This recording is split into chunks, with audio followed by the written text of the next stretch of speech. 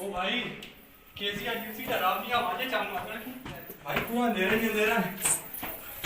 तो गाइस ये रखी हैं आज से 2000 साल पुरानी तोपें। So hello guys, welcome back to my another blog. और आज हम आ चुके हैं रायसेन के किले पे। और मेरे पीछे जो आप देख रहे हैं ये किले का गेट है। यहाँ से जाने के बाद अभी हम ऊपर आपको दिखाएंगे किला कैसा है, किले के अंदर क्या क्या चीज़ें हैं, कैसे रूम है, रानी का महल, राजा का महल, एक बड़ा सा मंदिर भी है किले पे। और अभी हम लगभग 400 मीटर ऊपर आ चुके हैं सीढ़ियों से चढ़ के। और आप इतने ऊपर आने के बाद देखो आप, ये रायसेन है, यहाँ का व्यू कितना प्यारा दिख रहा है। तो सोचो आप ज़रा, अगर अब टॉप पे हम पहुँच के और आपको ये व्यू दिखाएं तो कितना मस्त नज़ारा लगेगा। ऊपर से पूरा शहर, पूरा रायसेन, पूरा आजू बाजू के गांव, सब कुछ एकदम छोटे छोटे से दिखने लगेंगे। तो ये गेट है, अब यहाँ से अंदर जा रहे हैं, चलते हैं, बने रहो वीडियो में एंड तक, दिखाते हैं आपको अंदर पूरा किला।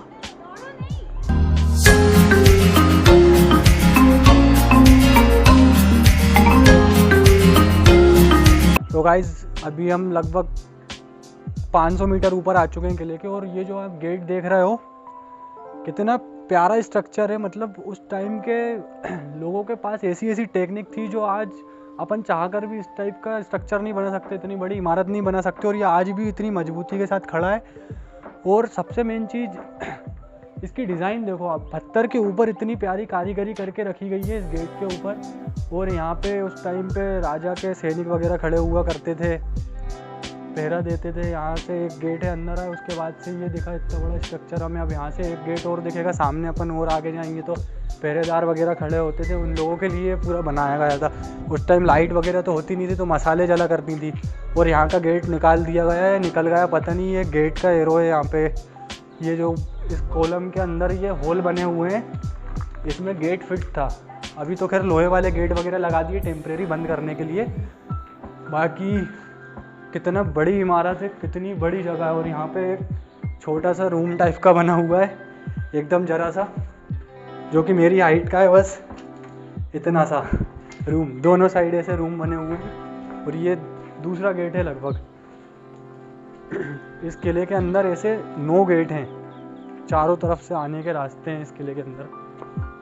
बाकी अब आगे चल रहे हैं, देखते हैं और क्या क्या। तो गाइस लगभग हम लोग 700-800 मीटर आगे आ चुके हैं। और यहाँ की सीढ़ी देखो आप, कितनी बड़ी सीढ़ी है, सांस फूल गई। ये अंदर एक सुरंग टाइप की है, पता नहीं क्या है। इधर से ऊपर जाने का रास्ता, ऊपर जैसे ऐसे फर्स्ट फ्लोर पे जाने का रास्ता है, पर अजीब सी आवाज़ें आ रही हैं अंदर से। आपको दिखाते हैं क्या है। ओ भाई कैसी अजीब सी डरावनी आवाज़ें चमगादड़ की। भाई पूरा अंधेरा ही अंधेरा है, पता नहीं क्या है यहाँ पे। इतना ज़्यादा अंधेरे में से डर गए हम एकदम से। और गाइस फाइनली इस जगह से खड़े होने के बाद यहाँ का जो व्यू दिख रहा है सामने, कितना प्यारा व्यू दिख रहा है यार। मेरी मेहनत आखिरी नहीं यहाँ आने में, दिल खुश हो गया।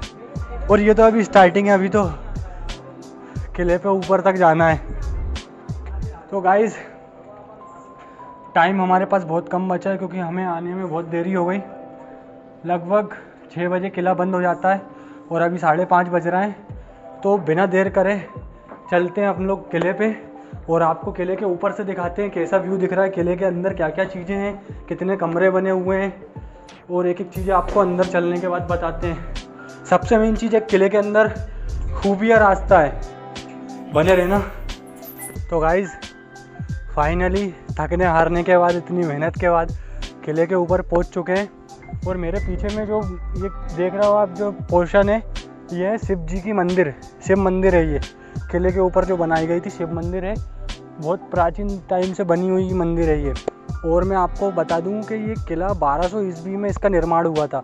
और इसके जो पत्थर है, जिन पत्थरों से इस किले का निर्माण हुआ था, ये बालुई पत्थर है, बहुत एक विशेष रूप के पत्थर हैं इस किले के अंदर लगे हुए हैं। और इस किले की जो कहानी कही जाती है कि जब मुग़लों ने जब इस पे आक्रमण करा था, किले पे छल से राजा को हराया था, तो उस टाइम पे राजा ने अपने हाथों से अपनी पत्नी का गला काट दिया था और अपने प्राण त्याग दिए थे। और अभी लेके चलते हैं आपको, रानी का कुंड दिखाते हैं, जहाँ रानी वगैरह स्नान करती थी। अंदर शिव मंदिर दिखाते हैं आपको कैसा है मंदिर अंदर से। धीरे धीरे एक एक चीज़ें कवर करते हैं पूरी।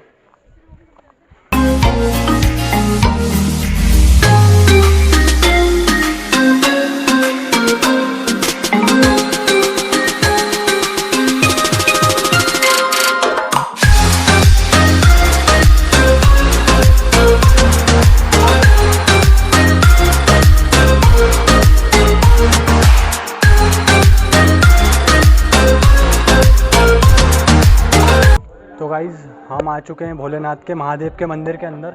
यहाँ पे महादेव की प्रतिमा स्थापित की गई है और ये पूरा ये स्पेस जो है शिवरात्रि के दिन पूरा किला भर जाता है। इतनी ज़्यादा भक्त और इतनी ज़्यादा पब्लिक यहाँ पे आ जाती है। और गाइज़ एक और सीक्रेट चीज़ मैंने आपको नहीं बताई अभी तक। मैंने आपसे बोला था इस किले के अंदर खुफिया रास्ता है जो यहाँ से लगभग पता नहीं कहाँ तक निकलता है, मेरे को भी उसका आइडिया नहीं है, अभी पता चला। ये जो देख रहे हो आप, ये गवर्नमेंट ने बंद कर दिया इस रास्ते को। और ये देखो आप, ये सीढ़ी से उतरने के बाद ये रास्ता इधर से अंदर गया है, जो यही है वो खुफिया रास्ता जो मैं आपको बता रहा था। ये खुफिया रास्ते से ही राजा रानी वगैरह निकलते थे। और इसके साथ एक और रास्ता है जो वो और दिखाता हूँ मैं आपको। ब्लॉग में मज़ा आ रहा हो तो वीडियो को लाइक करके चैनल को सब्सक्राइब ज़रूर कर दें। दूसरा ये सीढ़ी वगैरह बनी हुई है।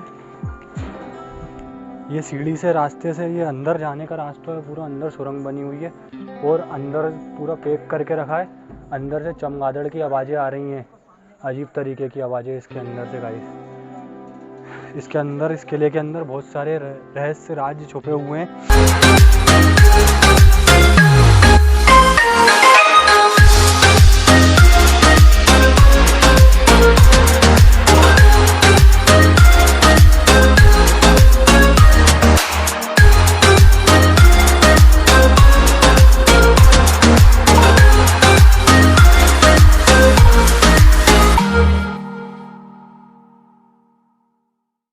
गाइस अभी हम इस जगह पे अंदर आके खड़े हो चुके हैं। इसे हवा महल कहते हैं। इसको राजा लोगों ने इसलिए बनाया था ताकि उस टाइम पे कोई पंखा, एसी, कूलर कुछ चलता नहीं था। ये ऐसा था गर्मियों के टाइम पे बहुत अच्छी तरीके से हवा, ठंडी हवा आने के लिए इसको बनाया गया था। ऐसा ओपन करके इसे बनाया गया ताकि हवा वगैरह पूरा डायरेक्टली इस किले के अंदर आए गर्मी वगैरह से बचने के लिए बनाया था। और ये पूरे रूम बने हुए हैं ऊपर।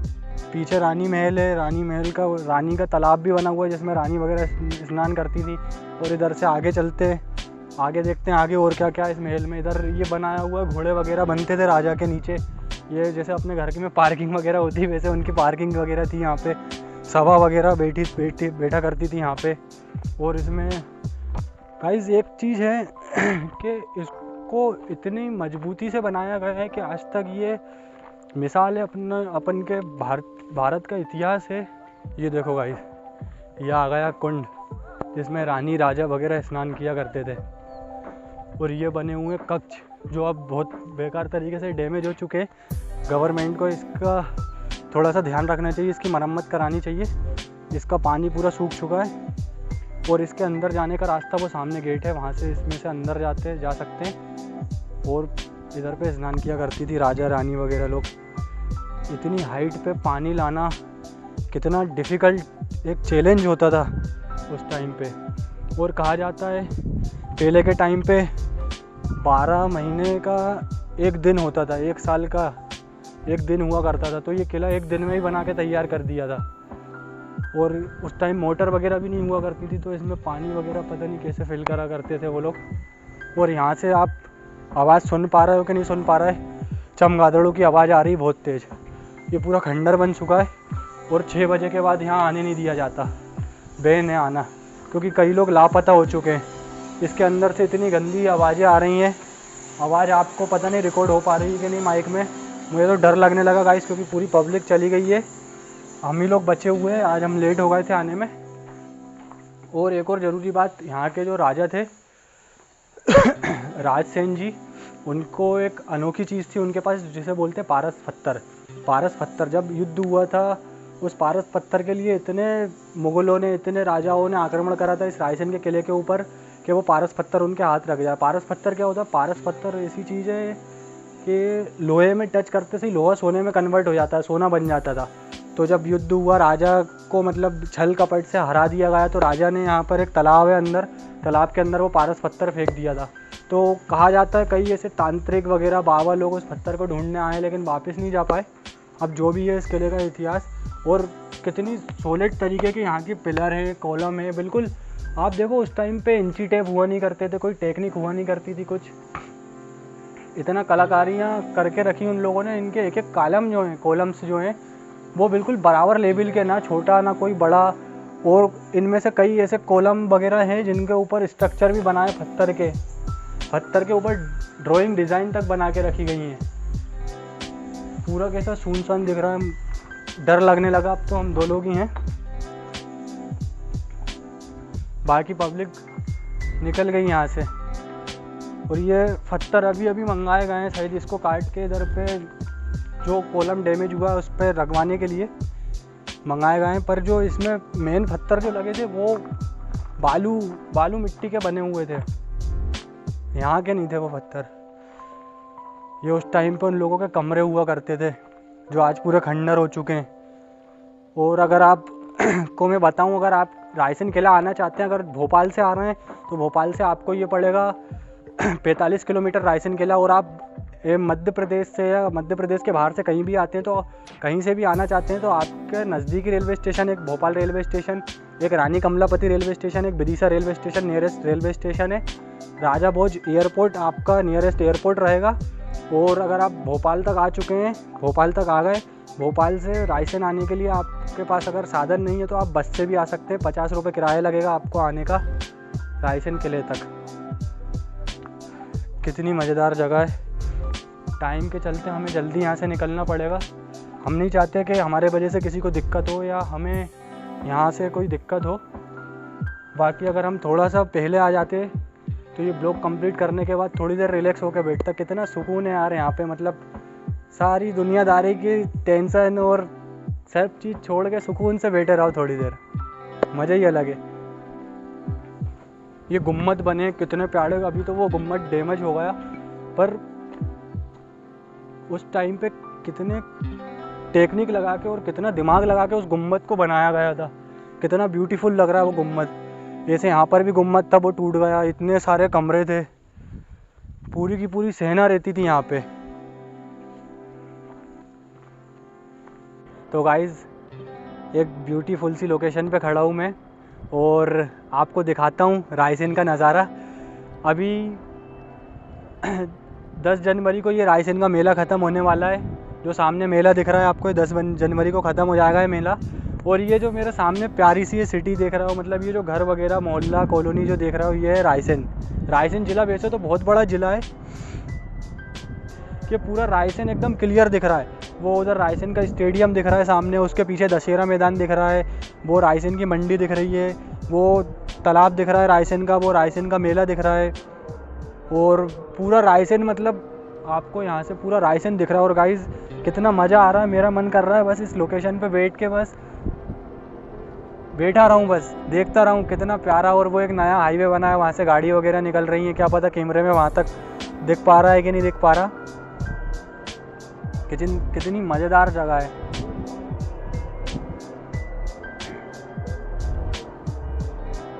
पहले के राजाओं के ठाट वाट अलग ही हुआ करते थे।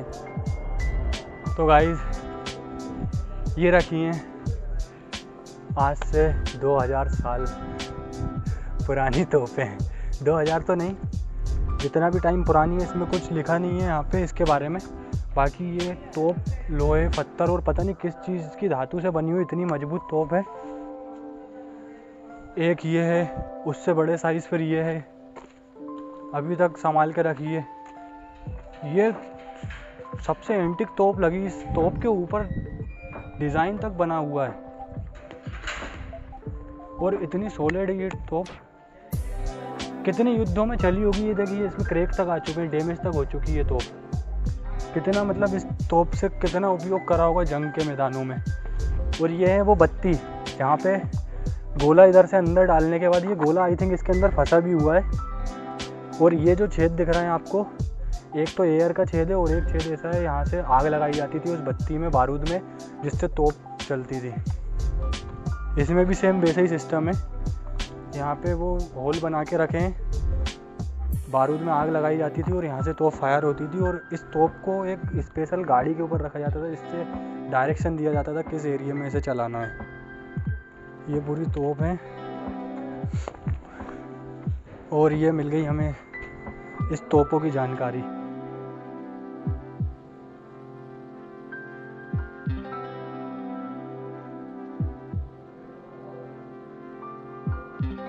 तो गाइज़ कमेंट में ज़रूर बताना आपको कैसा लगा मेरा ये ब्लॉग, और आप बता सकते हो मेरे को कमेंट करके अगला ब्लॉग किस टॉपिक पे बनाऊँ मैं। ये था हमारे रायसेन के किले का पूरा व्यू जो मैं आपको दिखा चुका हूँ। और कुछ ऐसी चीज़ें जो मेरे से छूट गई हों तो आप गूगल पे सर्च भी कर सकते हो इसकी हिस्ट्री, इसका इतिहास, और आप घूमने भी आ सकते हो। लगभग हर संडे कोने कोने से लोग बाग इस किले को देखने के लिए आते हैं। इतना प्राचीन किला है ये, इतना फेमस जगह है ये कि लोग बाग दूर दूर से आते हैं। और मैं आपसे विदा लेता हूँ, अब जल्दी मिलेंगे किसी अगले धमाकेदार ब्लॉग में। गाइस वीडियो पसंद आए तो लाइक करें, चैनल को सब्सक्राइब करें। थैंक यू सो मच दोस्तों, लव यू।